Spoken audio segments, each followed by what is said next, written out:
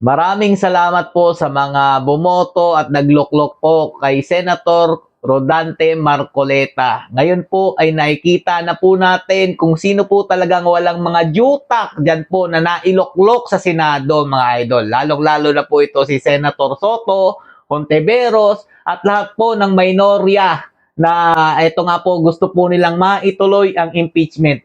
Pinamukha po sa kanila ni Senator Marcoleta kung gaano po sila ka-oobob dahil pinagpipilitan po nila ang mga bagay na hindi naman po dapat pinagpipilitan at pinagmumukha lang po nila ang kanilang sarili na mga tanga po talaga silang nailuklok dyan. Kaya kung sino po ang mga bumoto dyan sa mga senador na yan, na wala naman pong alam kundi po ang siraan ng mga Duterte at panagutin ito sa mga kasalanang hindi naman po nila ginawa, mag-isip-isip na po kayo kung iluluklok nyo pa rin po ba yan sa susunod na eleksyon. Dahil nagmumukha na pong kengkoy itong Senado kapag nandyan po sila, mga idol.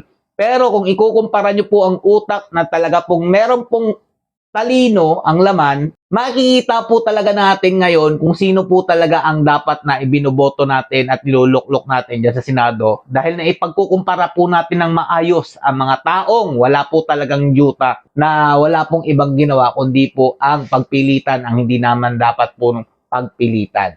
Ayan po, salamat po sa Diyos at ito po ibinalik po nila ang ating mga senador din pong nandyan po sa PDP laban na si Senator Bongo, Senator Bato de la Rosa, na handa pong tumulong sa ating mga kababayang Pilipino ng totoo pong mga nagtatrabaho. Hindi po yung puro lang mga paepal dyan sa Senado. Salamat din po kay Senator Cayetano at nakikita po natin kung ano po talaga pinakaiba ng meron pong alam sa batas at ito pong mga nagdudunong-dunungan lang po pagdating po sa batas. Lalong-lalo na po yan si Senator Risa Hontiveros na umaasa lang po sa kodigo ng kanyang cellphone kapag nagsasalita siya. At alam ko po, pinapasa lang po ito ng kanyang sekretarya. Ayun po mga Lodi, no? Stay safe and God bless you all. Medyo busy pa tayo ngayon. Pero mananatili po tayong magbibigay ng mga opinion about po dito sa nangyayari sa ating bansa. Duterte pa rin.